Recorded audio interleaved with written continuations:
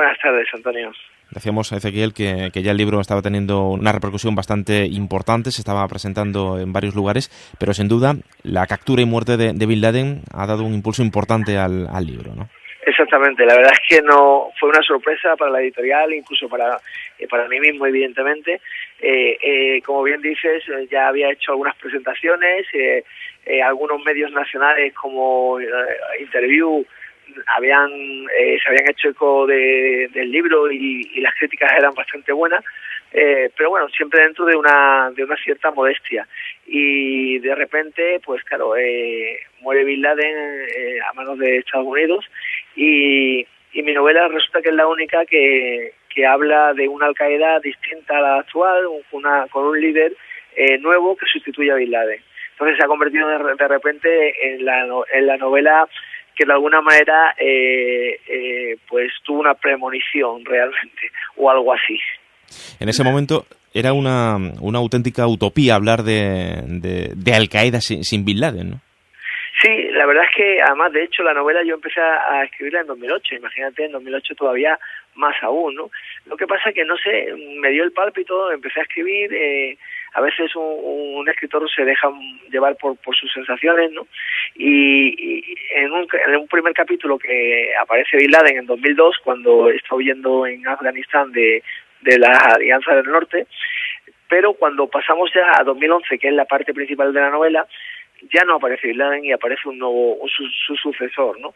Curiosamente en 2011, ¿no? Y ya lo escribía esto yo en 2008.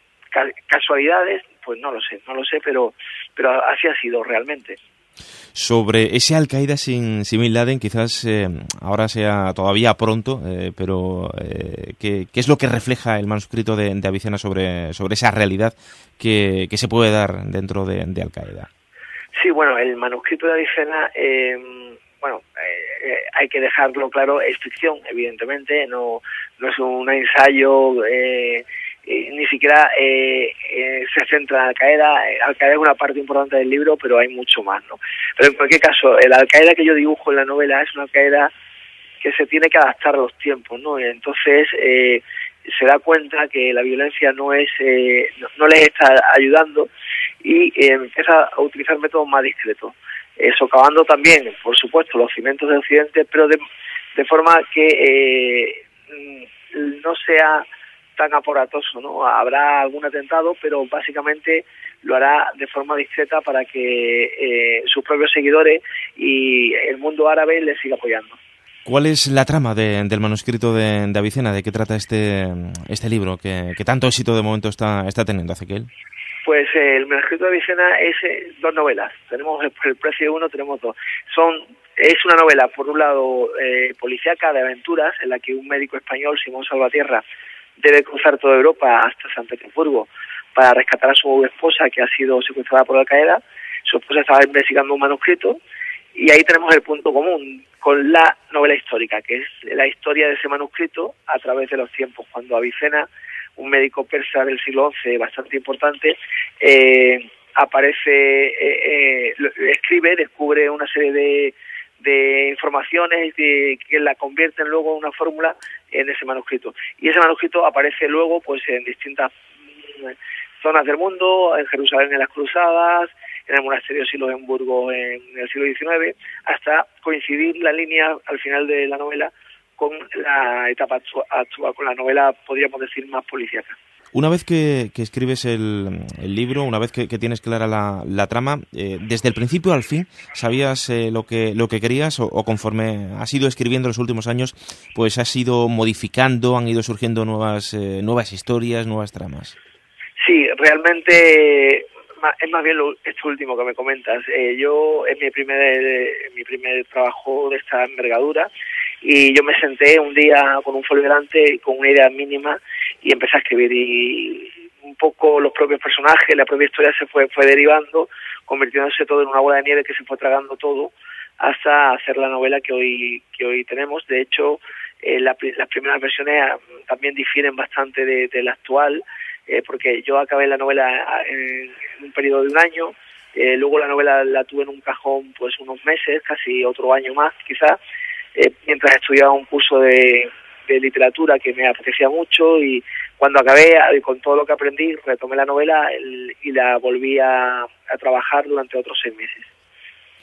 Quizás lo más difícil, Ezequiel, el ofrecer el producto a una editorial, vender ese libro a una editorial y conseguir el respaldo literario, ¿no?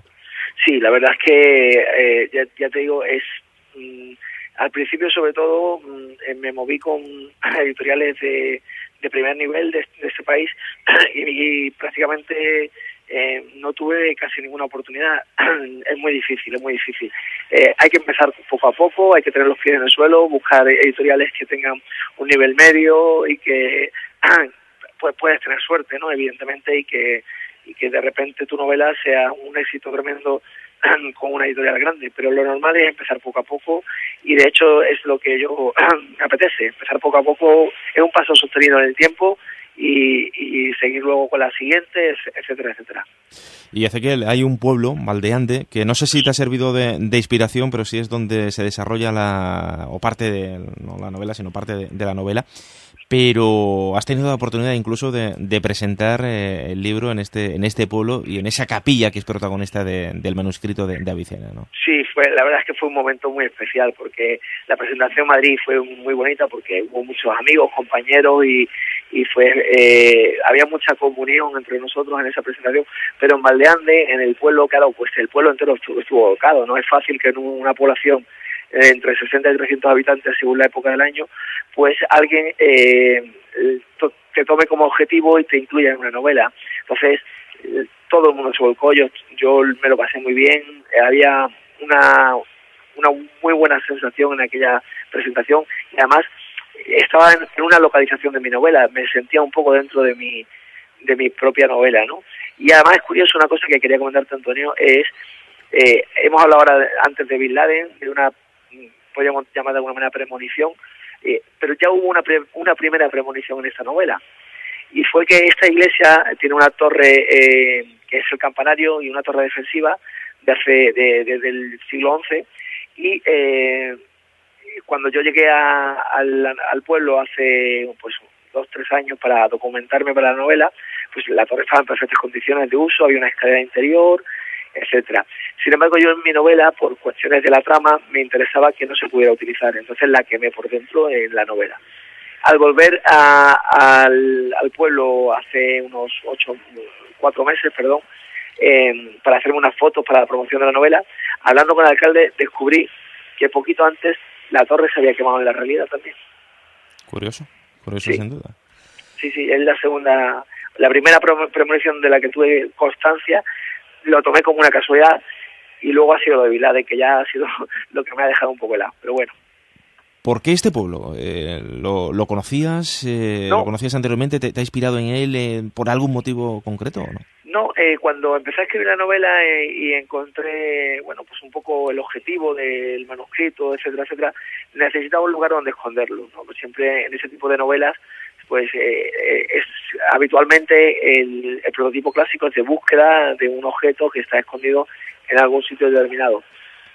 Pues entonces estuve mirando por internet durante varios días, navegando, buscando poblaciones que en el siglo XI tuvieran en España iglesias, etcétera.